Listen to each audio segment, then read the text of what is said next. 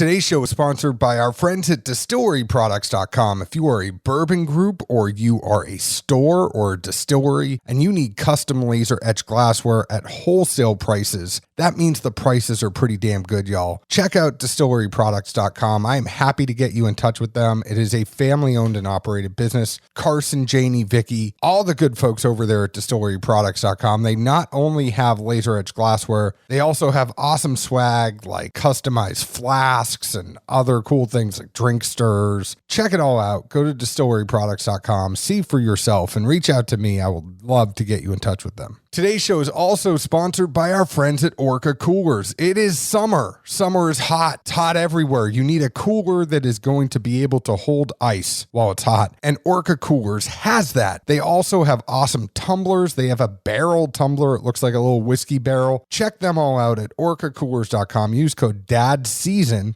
and get 20% off your order. That's DADSEASON. Make sure to check them out. Get a cooler or a tumbler. I mean, that cooler holds ice 3, 4, 5 days, no problem. I mean, you open that thing up after a few days, the ice looks like you just put it in there. Make sure to go to orcacoolers.com and use code DADSEASON.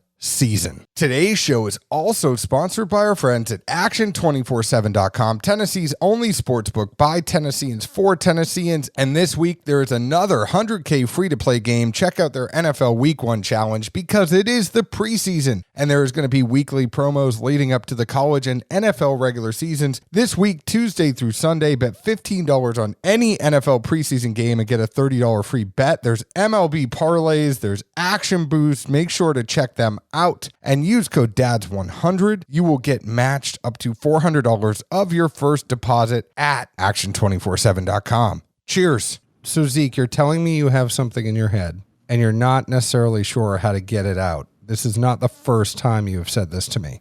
Yeah, but normally, it's just because it's too many syllables and I can't actually say the word. This was more along the lines of, you grew up Eastern time zone. I did as well. I think the difference was I was about 400 feet away from the Alabama line. Have I ever told you what we called Central Time or Alabama time, as the case would have been for me growing up?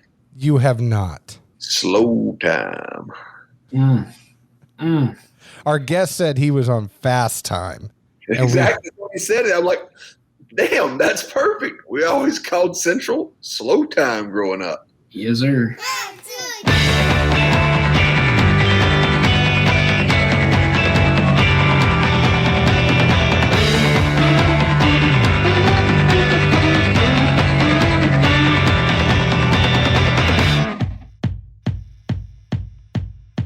Hello, everyone. My name is John Edwards, and with me, as always, is Zeke Baker, and together we make the Dad's Drink of Bourbon. Wherever you are, whatever time it is, thank you for making us a part of your day. I don't know why Zeke is now taking his shirt off and showing his saggy moobs to our guest. I like them. They're sweet. You got sweet moves, man. Man, if those are moves, Edwards has got the udders of a 40-year heifer. Mine are all muscle, bro. Consider me Dolly Parton, baby. Let's go. Well, that is the man who is on fast time, and we are very happy to have him on. We have Chase Hazelbaker from Prohibition Craft Spirits, so PCS. You might know them as the people that put out NULU. You've been seeing NULU everywhere. There has been a bourbon, some rye, some picks. We have some experimental finishes coming out. We want to hear all about it. But Chase, and you on your fast time up in Kentucky, which we're trying to figure out why Kentucky is on Eastern time, even though it is directly above us. But welcome to Dad's Drink of Bourbon. Thanks for having me. Happy to be here. Chase is not a dad. We were talking when you were 20 minutes late when you were taking a nap. It's his 1-year anniversary, so he's not a dad yet. They're not rushing to become a dad, but he might be starting to think about it. Is there any words of wisdom that you want to give him prior to their big 1-year anniversary vacation in Jamaica that is coming up? Well, on the note of Jamaica, I would say very simply my advice and even my own thought process was essentially travel if you can and do any, goals or achievements that you may be able to before the kids. Simply so whenever that day comes, it helps to minimize that whole grass is always greener, or I wish I'd done this or that, yada, yada. I always heard that from a lot of people. I was the last of all my close friends to have kids, almost. So that was always my mindset, though. It was like, do it all, get out of the way. If I'm able to circle back and do it again when they're older for a round 2 kind of thing, or encore or whatever, sweet. But I want to maximize that and have it all said and done so that, when that time rolls around, you don't have anything else to worry or focus about but them. You just enjoy that. I appreciate it, man. Chase, we digress. Welcome to the show, and we hope that you have a great vacation coming up by the time this comes out. But you started Prohibition Craft Spirits. Tell us a little bit about yourselves, how you got started, and why you chose NULU as the name of the brand that came from Prohibition Craft. We'll rewind to like 2015. My dad is a certified financial planner, and he took on this distillery client, Derby City Spirits. There was a president, Jay Blevins, and a distiller whom we still partner with, Harrison Hayden. Got into Forecastle, which is a music festival up here. They were the endorsed tequila, the sponsoring tequila brand. So the NULU Bourbon Barrel Aged Tequila was at Forecastle Festival in 2015. From there, they got into Liquor Barn, and within a week of being in Liquor Barn, ABC got called. All the product got pulled from Liquor Barn.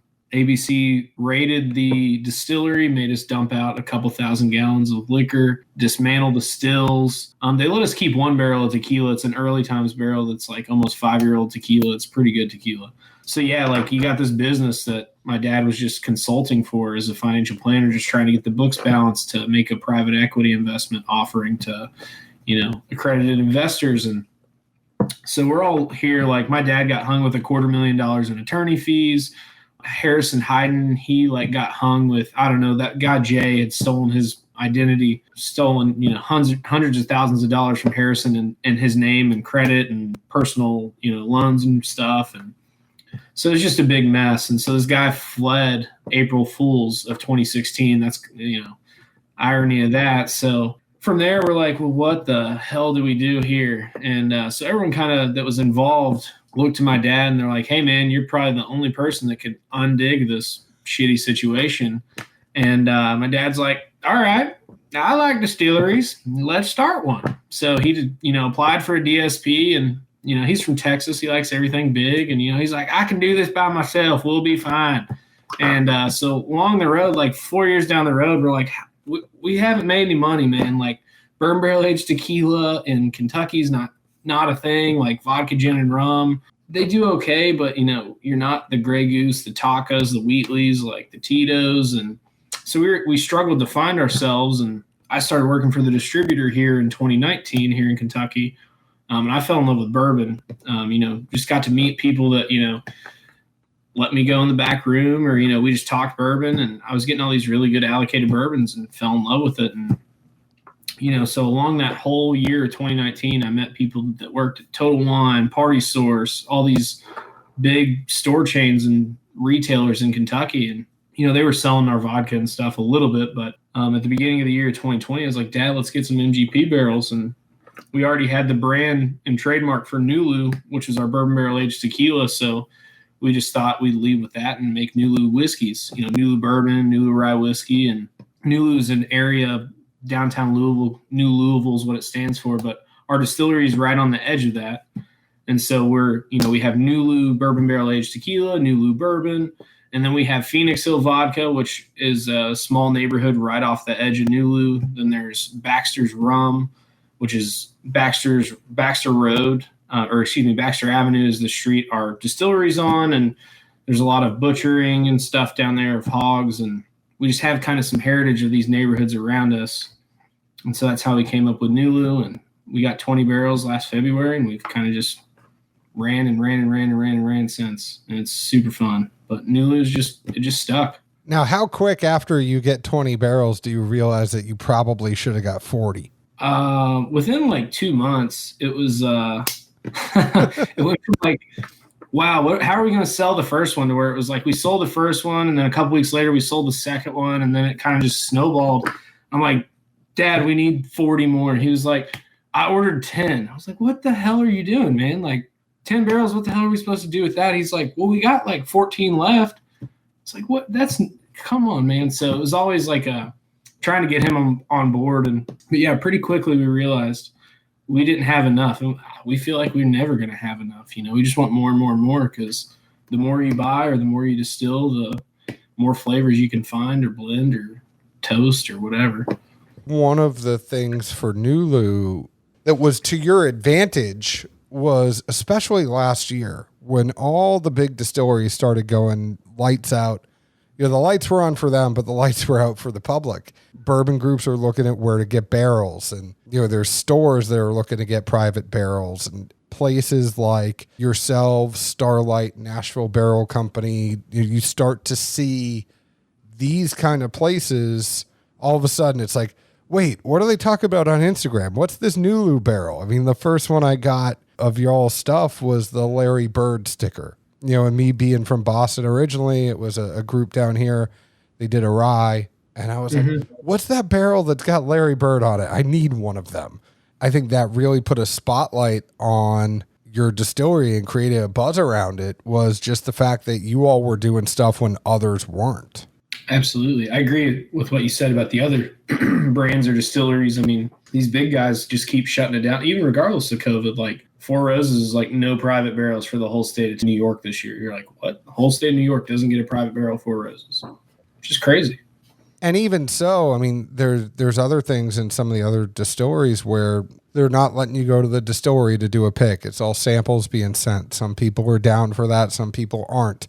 Some people want that experience of going up and pulling from the thief. There's a whole just different environment, I think, post-pandemic as to private selects. They were already kind of cutting down the amount of barrels people are getting. You have a lot of it is more cutthroat because more stores want, I mean, originally, right, there were like 10 stores that are like, please give me private barrels of everything. And then as that popularity went up and up and up, now you got 100 stores still fighting for those same 10 barrels. People that were getting barrels before are not necessarily getting barrels like they used to.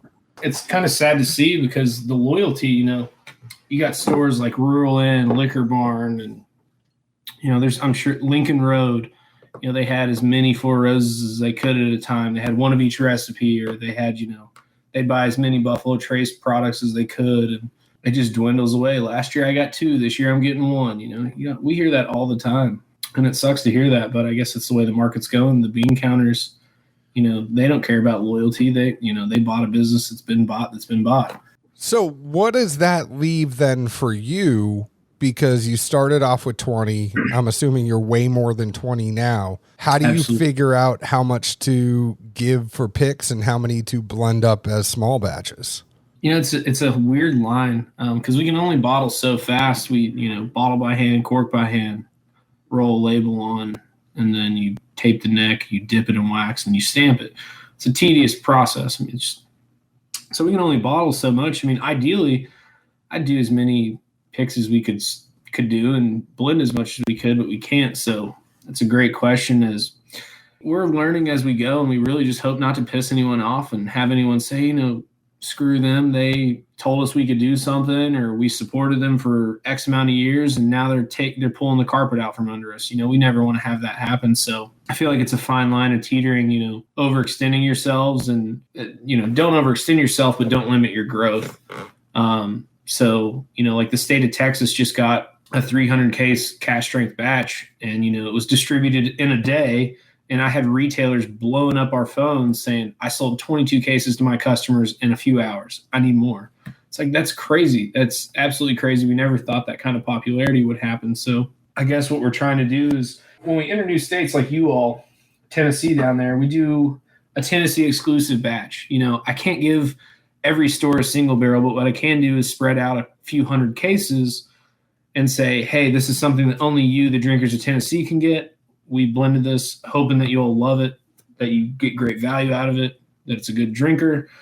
And so we're trying to just kind of get good cash strength blends out to these states that bring us in. We're not taking on any more states right now. We're spread thin as it is. But from there, it's like, who supported the brand, who wants to, do business with us. And then from there, it's, we'll just kind of work together. I mean, Jamie from Lincoln Road, he came in February and he opened up Mississippi and Alabama for us. Somebody like that's opened up that kind of growth potential, that kind of opportunity just because he himself wanted barrels. You can't forget that. Like if you do, you start becoming only about the money. So this business was created on loyalty and handshakes and good old boy agreements. So strive never to forget that. So you are in Kentucky, Tennessee, Mississippi, Alabama. Where else? New York, New Jersey, Georgia, Florida, Michigan, Alberta, Canada, California, Arkansas. So that's a lot of handshake agreements right there. Oh, and Texas. Don't forget about Texas. They're big. They can drink a lot of whiskey down there. I would imagine your dad would make sure you were in Texas pretty quick. Oh, man. Being from Texas, he's like, tell me what stores that's going to be in. I got some friends down there. I'm like, all right, man. We like Texas. We built, what's cool is like, what states, we've met a lot of Texas drinkers and they tend to like more bold. So we blended theirs a little more spicy. It had a little leather to it. It wasn't so fruit forward. Whereas California's first batch was like a tropical, fruity, bright sugar versus like brown sugar, leather, cocoa, spicy barrel sweetness. So it's kind of cool just doing different stuff for different states. And we haven't gotten any complaints yet. Just tell your dad it was in specs. That's all he needs to know. As long as it gets in specs, it's going to sell. So I got told that the guy that, I don't know, one of the higher ups at Specs called our distributor pretty upset. He was like, why the hell didn't I hear that NULU came to Texas? Because like they had to turn off allocation on it after the first 24 hours because they're like, we would have sold it all in like hours. We had to make sure that certain stores got the product that, again, relationships, loyalty, handshakes, all that good stuff. So it was cool. These are all great problems to have. People are upset because they didn't get enough. Awesome. We have more coming. I promise. That is always the catch-22 with the whole thing is like you start to get a little popularity. People want it. Then you can't get enough of it soon enough. But I do find that very interesting that your state blends kind of have that different profile. And it sounds like you're pretty involved in the blending or at least the tasting of the blends that come up. How's that been for you? Because, the way that it sounds, it's not like you were doing bourbon forever. It's kind of newish to you. Yeah. So what's that been like? Man, it's crazy. I'm so blessed and like freaking spoiled in bourbon and life. But I mean, what's so cool, man, is like I went from drinking like barrel aged beers and then I like tried to do the keto thing. So I had to start drinking bourbon and I started working for a distributor and, all these people are like, oh, you got to get Weller, you got to get this. And I'd walk into these stores, just to see how our displays were doing a vodka, gin and rum. They're like, hey, you like bourbon? I'm like, yeah, I just started drinking it. And then before you know it, by the end of that first year, I was into Willet. Pretty heavy, like Willet, distilled Willet. I can't afford, I can't buy old Willets. That's just ridiculous. Friends that have them, awesome. But then, I started to taste BTAC and I got a taste for higher proof and like really, I mean, you can tell you spend more on whiskey, you get a more rich palate, And so once you try enough MGP, I was like, Dad, let's get some MGP barrels. Like they're sweet. Some of them at 5 years old drink like a 7 or 8 year old bourbon. Some of them at 5 years old drink like they're 2 years old. And we'll figure out what to do with those. It is what it is. I don't know. This last 2.5 years I've been drinking bourbon.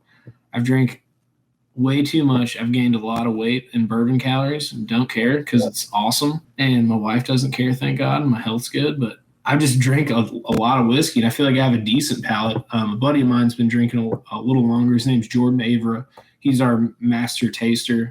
He's got a better nose, better palate than I do. And once we could see that the brand was growing, we saw a need to find somebody like him, and it just worked out because he helps bottle. And he and I were there till 8:30 today, dumping barrels. So on paper, I work for the distributor, which is cool. But after I'm done with my day job, I go down there and help out for as long as I can. And I don't know, just tasting a bunch of barrels is the best way to train your palate. You taste a 20, 30 a day. You can tell a good one from a bad one. Now that I guess things have gone from, like, I think what sounds like literally not necessarily overnight, but pretty damn close to it, From, hey, let's get some barrels. Oh, shit, they're flying off the shelf. Hey, we got to buy more. Inevitably, so I guess like supply chain wise, have you locked anything in with MGP or any other distillers? Or what steps are in place to guarantee both the short and long-term future? We have enough deals in place. We should end the year with about 1,000 MGP barrels, bourbons ranging from 4 to 7, and then we'll have a rise. I don't know. We might have to buy some younger rye, but we have some 5-year rye. But yeah, we'll end the year with probably about 1,000 MGP barrels. Then next year we'll buy, decently aged MGP, but this year is all about securing our next 3 to 5 years supply of ready to drink quality aged product. So we have those deals in place. We just have to fulfill and continue our portion of the agreements for those. But is it, in the realm of coming from a broker, or have you gone to the depths of like going direct with MGP, setting up, the contract where this is the mash that we want, these are the cooperage we want, this is the toasted jar we want? I mean, I know it's a rabbit hole of like, I guess boxes to check is when you put in that order. Yeah. I just don't know if you've had to go through those hoops or, that hurdle yet. We haven't chosen to. We need more aged product to secure the longevity of our growth. So, I mean, we have enough juice now, and we could, to stay in business 5 years, 6 years, do plenty of business. It's just, we don't want to run out of, it's just the excitement we get of doing this business and playing with barrels, blending batches and stuff. We rather buy aged product now, but next year is the year when we start buying younger barrels. We probably will start contract distilling next year with various distilleries, but we'll probably start grabbing some that can age for 3 years and be 5 years, some 2 and 3 year old next year versus some, new make. We don't want to tie up money that needs to wait that long. At the end of the day, it's, even if it's 3 years old and it's toasted forever or whatever, as long as it tastes good. Because I've been blown away by some 3-year ryes that are finished, honestly, if the price is good. But just kind of where we're heading is next year, that'll be the year we start buying and filling our own barrels at different distilleries. And I mean, we do have a master distiller, Harrison Hayden. He was part of that Derby City Spirits that the fraud was involved. And, like I said, his identity was stolen and all. We have probably like 12 barrels of his distillate on our 300-gallon pot still. It takes like a week to make a damn barrel. So we don't have time for that anymore. It was fun when we were doing it. It's cool to see your own full barrel of, 118 proof entry. It came out different every time. It's such a small still. It's a cool process. But if we want to grow, we got to buy a bunch and continue to. Yeah, I just feel like, been fortunate enough to be kind of exposed to more and more things. And, it's like when you said, I think most people just hear or see or think MGP and just kind of apply a certain connotation to it. But then you kind of, nerd out to a degree and get deeper into the layers of it. Well, there are a whole ton of variables that go into it. And, it's not apples to apples, oranges to oranges, whatever. And even then as well, knowing that and seeing that, when you buy from a broker, it may be, I'll let you taste one. Nah, bro, I'm going to tell you this is how many barrels I have. This is the price. Pass or buy or pass or fail kind of thing. Like take it or don't. But if you don't, I'm going to move on down the road. So yeah. I feel like as you get more and more riding on it and you're probably buying bigger lots of barrels, that is, it's got to get a little uncomfortable at times to be doing that sight unseen, essentially, palate-wise. Yes and no, man. Like you said, like people hear MGP and they're like, all MGP is the same. But like you just said, like you got to think the people that contract distilled 5, 6, 7 years ago, that's where these brokers' barrels are coming from. Like whoever chose like Kelvin Char 4 medium toast back then, like I really love you. I do because great save. It's like the cooperage plays a huge deal. We had some 4.5-year Char 4 Speyside barrels that had 95.5 rye in them. unbelievable. Some of them drank better than some 6 and 7 year ISCs that we had. And then some of them drank, liquid hot magma because they're, 95.5 rye that was like 4 years old. But some of them were killer. We've gotten some really good Colombian oak 21% ryes that were really just different. Those are actually in that Tennessee batch. There's 2 of those in there that are just about 6 years old. And then the third barrel in that Tennessee batch was an ISC Char 4. But I mean, Kelvin Char 4s with medium toast, those are the most rich 5 years. They come out like almost black at 5 years old. It's just crazy what manipulating these wood oils and these different, I guess oils, tannins, whatever you want to call them, these different flavors that come out of these different chars and toast levels. That's a huge variable. And then everyone else's wood is different. Is it seasoned for 6 months, 24 months? You can really nerd out. But at the end of the day, those people, or brokers, I should say, that laid down these barrels 5, 6, 7, 10 years ago, like they were kind of ahead of the market. They're setting the market. There's only going to be 2,000 8-year 95.5 ryes in the wholesale market. There's only going to be 10,000 of these 36% ryes and, Kelvin Char 3 toast heavy. It's cool to know that that's kind of how this business was done and where it's going to go, because there's more people jumping in and it's only going to get bigger and bigger. Yeah, I mean, it definitely seems that way. And like I say, John and I are lucky enough to be privy to see some things like that and taste things like that. And I guess kind of even thinking on the fly, have y'all thought about possibly, especially for some of your single barrel picks, even though obviously, you didn't select it going in, throwing out, maybe more cooperage information so that buyers have a better idea? Because again, MGP is not MGP anymore. But if I'm going to the store and I don't know who picked it or if it's a distro pick, store pick, whatever, but I see on the label, distilled in Indiana, okay, I know it's MGP. Kelvin cooperage, this toast, this char versus some other cooperage, which I may think didn't put out as good a wood at the time or I haven't been a big a fan of. Mm-hmm. I think that would definitely sway me in the buying angle of things. Sure. I love that Wilderness Trail already does that. They're huge yeast people. They tell you what yeast strain of theirs they use. They tell you what cooperage, what char and toast level. I mean, I see a Canton barrel. It typically is darker. Those Canton barrels are more expensive from what I'm told. I've never bought any personally, but I agree with you completely. For us, it's just we have, 50,000 labels pre-printed that don't have it on there. There's just another damn sticker we'd have to slap on. I mean, we already waxed it. There's a medallion. I mean, it's just there's so many stickers. No, I totally get it. As soon as you said that, I'm like, oh shit, that's one more step. Plus, I didn't know going into the question, I didn't know if NDAs would block that as well. I think that probably another degree that the brokers probably haven't got to yet. But I could see it one day being like, no, man, can't say shit. Just say it's Indiana. Yeah. It's funny. Some brokers, when you talk to them and you ask them for cooperage and char, and some of them give you like as much information as they can, or all of it that you ask, like what we've been talking about. I had another broker that told me, oh, they're MGP cooperage. I was like, MGP doesn't make barrels, man. They just make juice. Like MGP cooperage. He's like, they're all char 4 MGP cooperage. I'm like, all right, I don't think we're going to buy these barrels. I think we'll pass. I mean, because once you realize like that's a huge piece of information.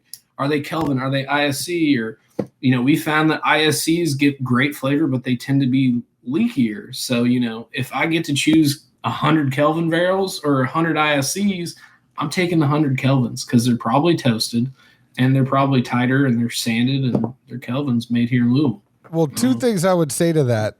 Number one, I feel like brokers nowadays, though, are just calling brands up and not even saying it's MGP cooperage, but they're like, I got 10 MGP barrels. You want them? They're going to be gone by the end of the day. And distilleries are kind of like, all right, yeah, we'll take them. Or the second you say, can I have some more information? They're like, yeah, sorry, they already sold. Like, yeah. And is that something that you have to deal with? Yeah, it went from like, there's 200 weeded to like, what cooperage are they in? And then it was like, well, there's only like 120 left, but they're in Speyside Char 4 with Char 2 heads. I was like, I would take it all 200 had you told 200. Me.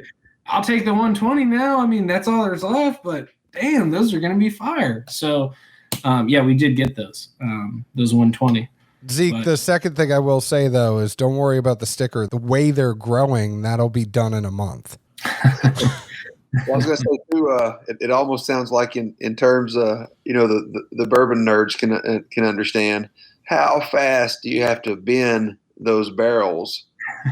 They just literally all gone because those guys are blasting out a message to all their people like, hey, just got these in, and you're the guy like, can I get a little better picture, or can you show me? Yeah, everyone's eyes. Somebody just flipped in. They took them all.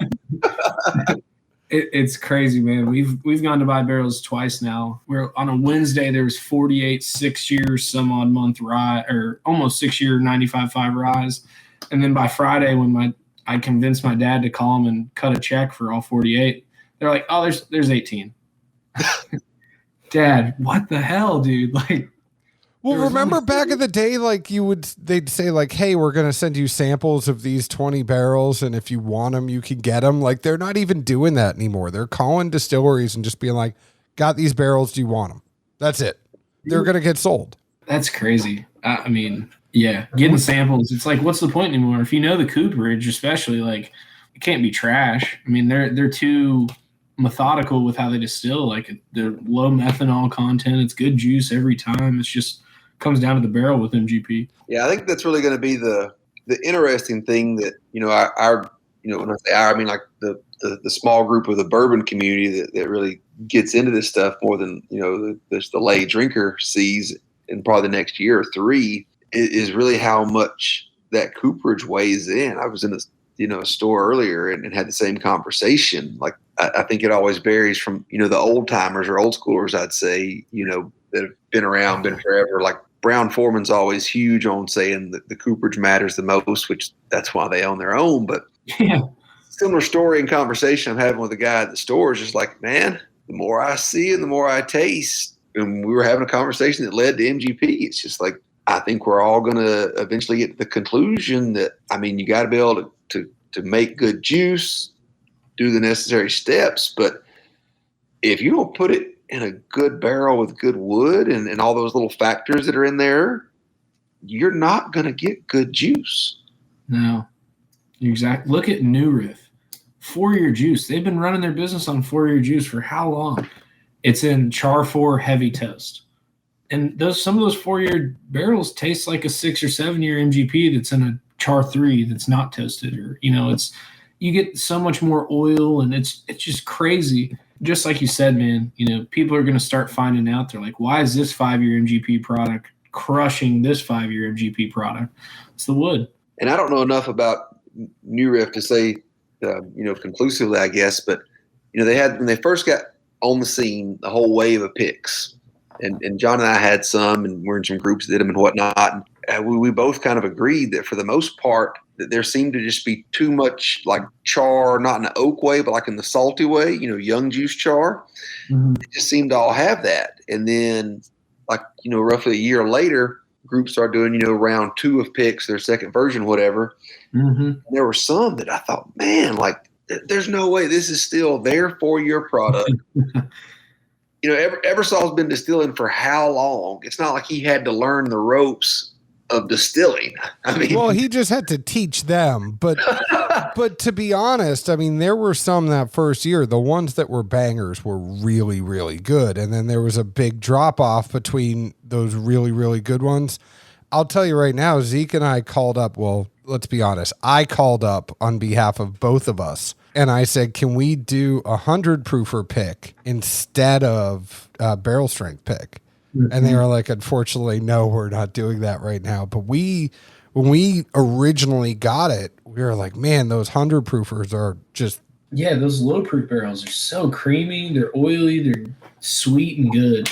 But the point I was getting at was the second wave of picks that came in, at least from what we got here locally, they were all Kelvin, not ISAs. I'm fairly certain of that. I know they weren't ISA. They could have been Space Side, but I think everyone told me that they were like, no, these are the Kelvin barrels that they were laying down after the ISAs. And I'm like, yep. For everything else essentially to look the same optic-wise, like, man, this juice is good. I just did a pick, and I think they said 10% of their barrels are Kelvin. The rest are ISC. Okay. The one thing I want to say, though, in talking to you, Chase, it's amazing to me how much you've immersed yourself in and what you're talking about here, just kind of being 2.5 years into this. It's just like, do you realize how much knowledge you have now? And does your dad realize how much of an asset you are? Because knowing the difference in the cooperages and how the juice is going to look when it comes out based on a cooperage and whether or not you have leakers, I mean, like, this is nerdy shit that you are really diving in head first on. Yeah. I don't know, man. It's I had a good thought, but my computer's not wanting to charge, so I forgot it. I just love it, man. Like it's so cool, but I'm going to leave that in there, but it is one of those things where there's some people that say like, okay, I want to start a bourbon brand. Or my family's starting a bourbon brand and we're just going to go buy a shit ton of barrels and put them out. It is what it is. It's like, hey, you know, just like the brokers that are selling to y'all, it's like, yeah, it's MGP. It's 5-year MGP. Just get it. But at the same time, like, I think it's only got to be an asset for the company to have people like you and probably Jordan there that know this stuff during the barrel selection process and before, you know, somebody could be like, I don't know what the difference is between 1 and 3. And you can actually kind of jump in and say, well, actually it's the cooperage. And that's why you're tasting such a disparity between 1 and 3, not necessarily negative or positive, but it's like, here are the differences and here's why. Like, I just have to, you know, I'm not kissing your ass. When I see somebody take that much attention to their craft, it's very just admirable and commendable, and hats off to you for getting so deep into it. Thanks, man. I'm usually one of the younger people in the room, and I have been my whole life, but I was telling my dad the other day, I was like, man, like when I start talking about whiskey, people listen to me, but as soon as I quit talking about whiskey, they're like, he's a young kid, shut up. So, I guess I'll just talk about whiskey because then I have a great conversation, you know? Well, whiskey is the great equalizer. It's one of those things that doesn't matter who you are, where you came from. Whiskey unites everybody. And that's one of the cool things about it. It's all about who you drank with, stories you had about drinking a bottle together, and who you wrestled in front of a hotel courtyard in Tennessee. And yeah, that too.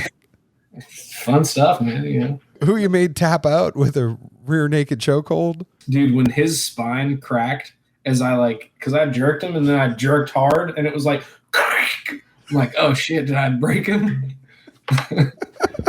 We'll leave this in there, but the person will remain nameless. What is it they say before? Like, what are the facts in here are true, but we protect the innocent. Yeah, we've changed the names. The innocent, we mean weak. Before this goes on too much longer, I know, Chase, that y'all had released a Tennessee batch 1. How many barrels go into this batch for the state of Tennessee? I think you said about 100 cases, right? Yeah, there was 86 cases. It was 3 barrels, 2 Colombian oak, 21% rye, 4 barley, 75 corn, MGPs, and 1 ISC char 4. 21% rye MGP that was like 5-year, 3-month, and then the 2 Colombian oak ones were like a couple months shy of 6-year. So it's 5 and 6-year juice basically. So those Colombian ones they're different. Like they're like charcuterie board. I get a lot of like nutty, I don't know, they're just way different. A lot of vanilla, but at the same time you're getting like some just different wood notes. But then that ISC kind of brings just a traditional char 4, 21% there, that's sweet, you know, the caramely maple syrupy MGP. So it's only 3 barrels. We just blended Friday a 7-barrel blend for Tennessee batch 2 though. So that is coming. You know, we are available. Yeah. If you ever want to do a blend together. Yeah. John's on Farmers Only. I am. I hope you enjoy farmers' tans and overalls. But I'm just saying, we ought to do a blend together. We've been doing that for some places and doing distro picks lately just because it's less work for us. We don't have to worry about getting them out to anybody. We just go ahead and slap our name on it and do the work with the distilleries, and then they get it out to distro, and then people can go find it. And the barrel picks for us are the one thing that Zeke does, and I know that could be taxing on him. He needs his naps at night. And so anything we could do to let Zeke have his naps and I will continue to do the lion's share of the work, we will do that. So that hence we've been doing distro picks a little more lately. Yeah, like through Tennessee distribution. Yeah, and I know Tennessee's all weird. So are you in Nashville, Knoxville, or there are separate distributors within the state? So we're with Ajax Turner in the Nashville market, and then they have some sister partnered company that's going to be in the Middle Tennessee and Knoxville area. So we just have to. I need to remind him to send me that email. But yeah, we'll have full state coverage, and yeah, I mean we could definitely do a blend pick. I just dropped off samples for Kentucky Total Wine. They're getting a 3-barrel blend, or he said he might want like a 5-barrel because juice just doesn't stay on shelves. I don't know. Regardless of it being NULU or as long as it's good juice. I mean, I had a retailer in Kentucky tell me they sold a 9-year Knob Creek in like 3 or 4 days. That didn't happen last year. It wasn't 3 or 4 days and the whole Knob Creek's gone. I don't know. Especially certain stores, reputations. I mean, it's basically just, hey, so-and-so put out a pick. I guess it kind of falls back almost on the conversation of the broker of like, well, what can you tell me about it? What they pick, what age is it, what mash bill, is it a rye or, bourbon, blah, blah, blah. Yeah, you talk too damn much. It's already sold out. Sorry, dude. Mm-hmm. That's been the case here for at least more than a minute, and it definitely currently is. So-and-so's got a pick. Oh, just go grab it. I don't even know what it is. I'm just here for the pick. It's crazy. There's more and more people getting into bourbon, and like the people that get into bourbon are usually, they don't want to just dip their toe. Like they dive in head first, and like you guys know, like that common joke of, oh, my wife's mad. She told me to start selling off some of my bottles. I got 50. It's like, oh boy, just wait. Like it just gets worse from here. You sell 2, and you're like, wait, I can buy more and drink a more expensive one, and then just the snowball effect of collecting and drinking and cracking nice bottles with people. It's beautiful. I mean, you see behind me right now, so yeah, it is what it is. But Zeke, I don't know if you've been sipping through this one, and I know he kind of he did a bad thing. We still love you anyway, Chase, because you did send us this bottle and you started to tell us what the barrels give you instead of us fight, because the second you say like, oh, I get this and get that, all of a sudden people are like, oh yeah, I do get that. I do get the nuts, but luckily I've been jotting notes before you even said that. And the first thing that came to my mind, I don't know, Zeke and I have different palates and smellers, but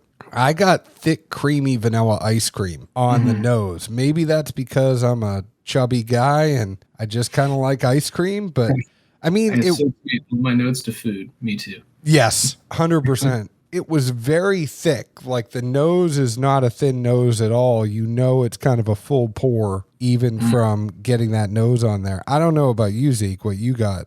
Well, I actually had this probably about 2 weeks ago, right when it first came in the market.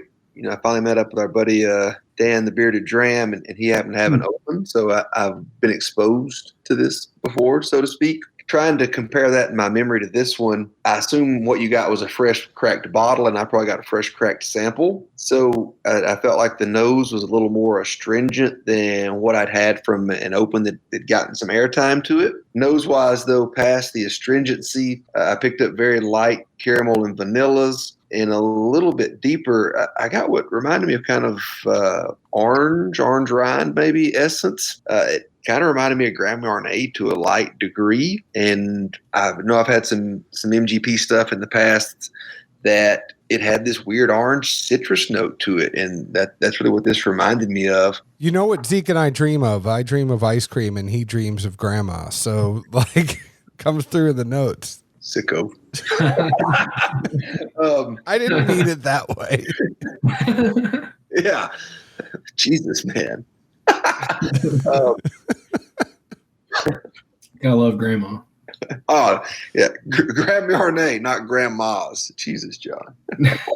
It's that Alabama that like Alabama. Grand Marnier. Zeke will never look at NULU the same. I'm sorry.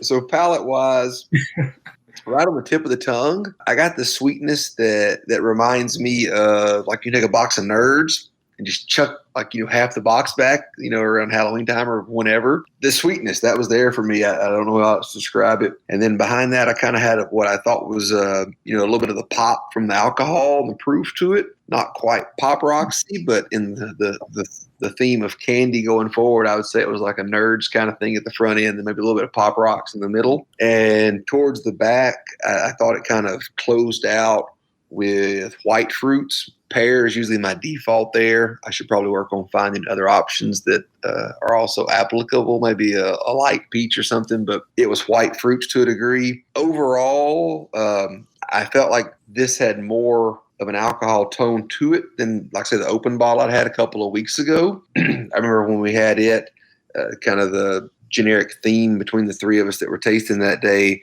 all just thought, wow, for 5-year cask strength juice, this is very approachable, not offensive in any way, an easy drinker, as hard as that is to kind of also say at the same time with 5 years in cask strength.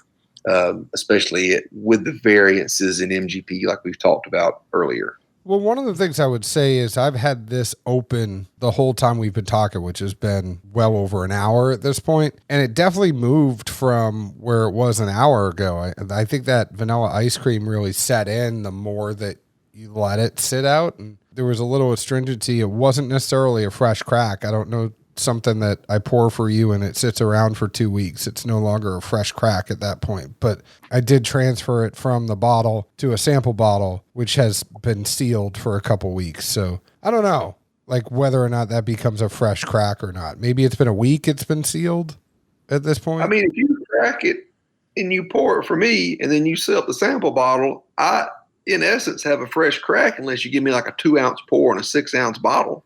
I mean, you got my saliva in there a little bit when I had to sip off the excess runoff on the top. But I think one of the things I would say too is there's a little bit of cinnamon for me on the palate, a little bit of spiciness, but definitely a lot of caramel. I would agree with Zeke that the sweetness is there, but I think there is a fair amount of creamy caramel that's on there. Just a little bit of heat, but not too much. And it's not like an astringent heat. It's very much a cinnamon heat for me. But overall, I thought it was a super solid pour. How much is this going for, Chase? With it having some older stock that's just shy of 6 years, I think it was retailing at like $69.99 down in Tennessee. Does that sound about, or I don't know if y'all seen it on shelves or there's only 86 cases, but I think it was about $70.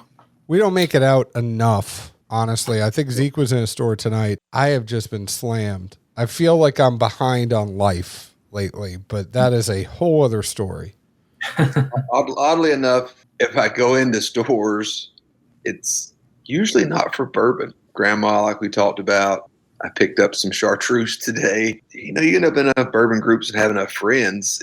I guess it sounds really awkward and almost maybe weird, but it's like, I don't really go into stores for bourbon anymore. It's available, and we all pass it around. We all share it, whether it be samples, bottles, picks, whatever. Like I don't have to go. I don't have to walk into a business anymore to get bourbon. No, I mean, I think it's safe to say that my daily drinkers at this point, a lot of them were discontinued, and I bought up cases when I could. I found a case of liter 7-year virgin bourbon. So I have those sitting around. I think Zeke drank off all of his Heaven Hill bottled and bond, the 6-year. Do you have any left of that? I mean, yeah, I got one left. It's on that shelf right behind you, and I go for it whenever I come down to your house.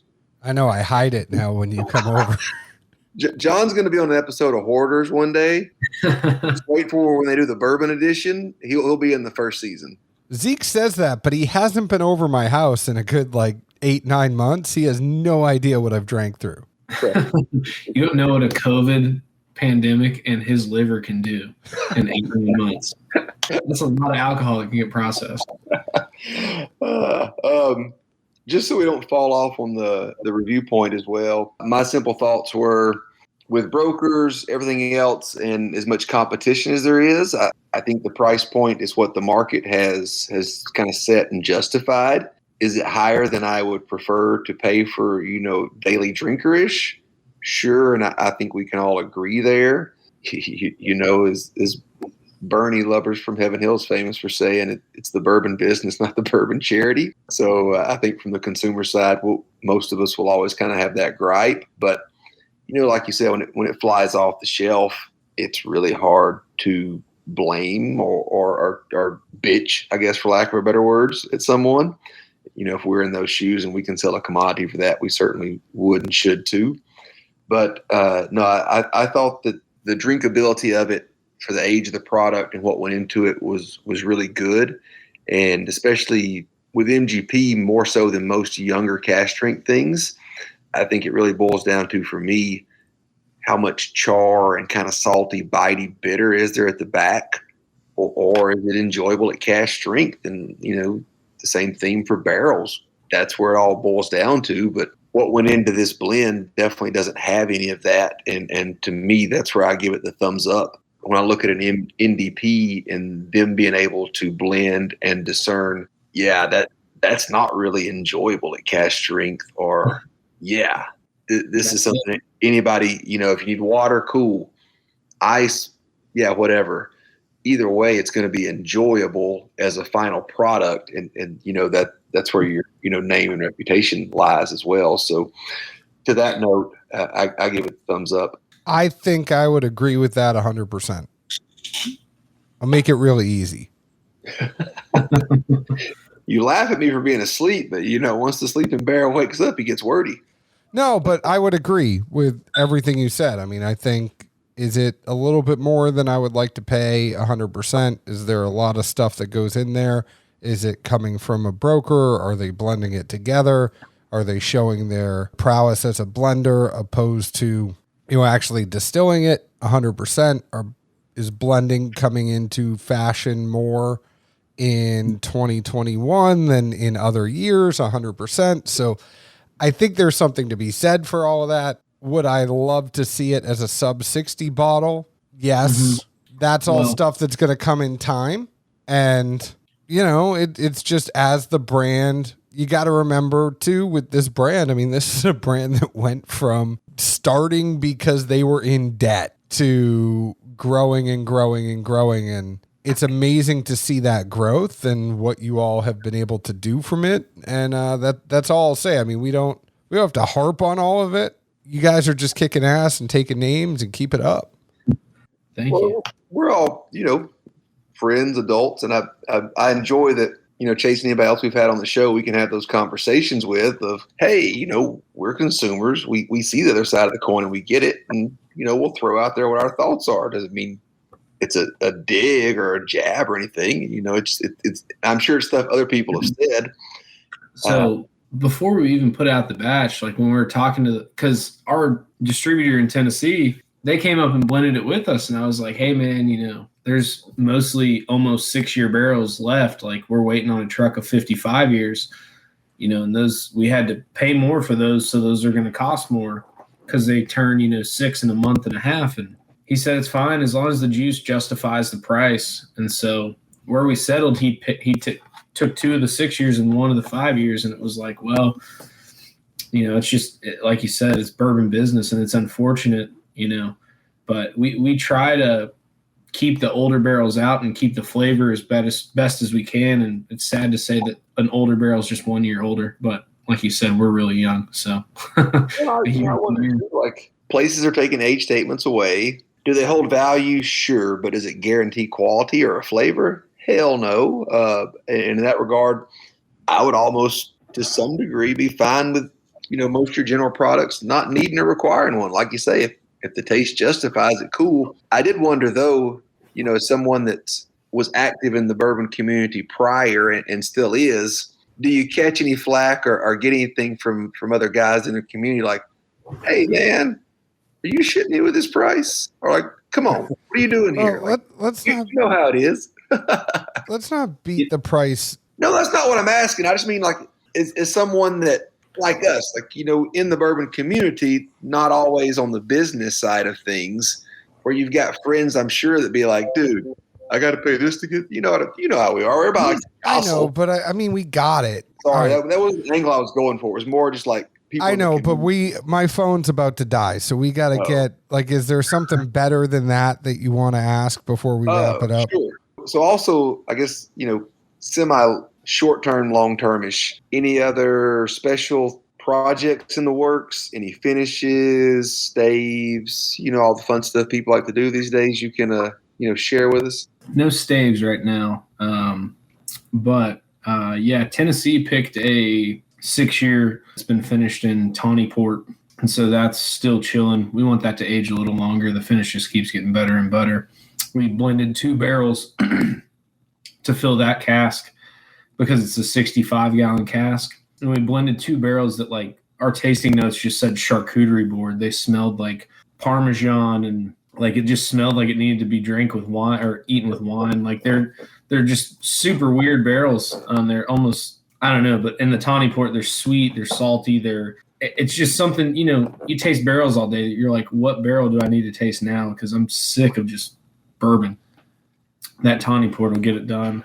We have about 7 or 8 ex Oloroso sherry apple brandy finishes going. So it was a Oloroso sherry barrel that had apple brandy in it for 5 years at Copper and Kings. They dumped them. We drove around the block and picked those up. And so those give off crazy flavor.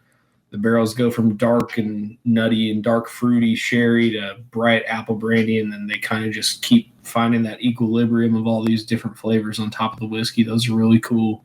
But all of those are only one-offs, right? Because like you talk about all these finishes, I know Specs are probably thinking that that's 180 bottles that they could have gotten in their stores. So like, what's the plan there when it comes to doing a whole lot of finishes versus like what the main brand is? So like we bought 10 of those sherry casks on top of the 3 we had. So we'll have 13 when it's all said and done. But when you bought them, they were already aging in the sherry? The sherry had already been dumped and the apple brandy had already aged for 5 years, and those have been dumped. So at that point, they're an Oloroso sherry apple brandy barrel. Got it. So we have 13 of those with whiskey in them. So we'll do picks of those, like the customers that have supported us the most, and they're like, hey, we've done 5 single barrels, 3 toasted bourbons, we've done toasted rye. What can we do? Like, do you have anything else? That's what those are for. And we bought heavy on those barrels because Copper and Kings had them. They're fresh. Getting barrels that aren't rinsed to finish in, that's a huge key in this game. Is you order from a broker and you get a peach brandy barrel and it's been rinsed. That sucks. I wish I could have gone around the corner to Copper and Kings and got a cask strength peach brandy barrel, but they didn't have it. We have some apple brandy barrels finishing. We've done peach brandy, cherry brandy, maple syrup. We'll probably do a round of those. We're just limited on space. We can only keep about 300 barrels on hand at all times. So we're kind of just recycling the same space of 50 to 100 barrels every few weeks. But we just bought, or we're buying the morgue across the street to store some barrels in glass. Yeah, Baxter Avenue Morgue. I can't wait till it's special morgue barrel. And then you could charge over $100 a bottle for that shit. It was aged with extra spirits. So there's a haunted house there like every October too. It's like supposedly one of the scariest ones. So there's tornado survivors. Why can't it be morgue survivor? The Exorcist barrel, all that good stuff. It's coming. Instead of those, those random tequilas that have the worm in them, you just have a bottle with a toe in it. That's right. Well, Chase, I think we could talk to you forever, and I think that we will have you on. We'll have to have you on sometime soon to do a follow-up because it's crazy. I feel like we just scratched the surface of what NULU has, and I think it's one of those things, at least for me, where I was going in kind of expecting one thing, and it was my naivety for not fully understanding everything that NULU has been doing and Prohibition Craft has been doing, and it's one of those interviews where I come out going like, damn, that is not what I was expecting at all, but it was so much better than what I was expecting, and wishing all the best for you and your family as you're going through this, and can't wait to see how you all grow, and I'll definitely have to pay you a visit up in Louisville sooner rather than later. inversely, you finally summed everything up for us there, Big Cat. Chase, thank you for being on. Thanks for having me, guys. It was a good time talking to y'all. Yeah, find him on Instagram at Prohibition Craft. You can find us on Facebook at Dad's Drinking Bourbon, Twitter at Bourbon Dads, Instagram at Dad's Drinking Bourbon. Find us wherever you download your podcast, but you already have because you're listening to us right now. Thank you, Chase, again for coming on. Thank you for sending us this bottle. Zeke, where else can the folks find us? Good old Music City, US of A. Cheers. Ciao. Cheers.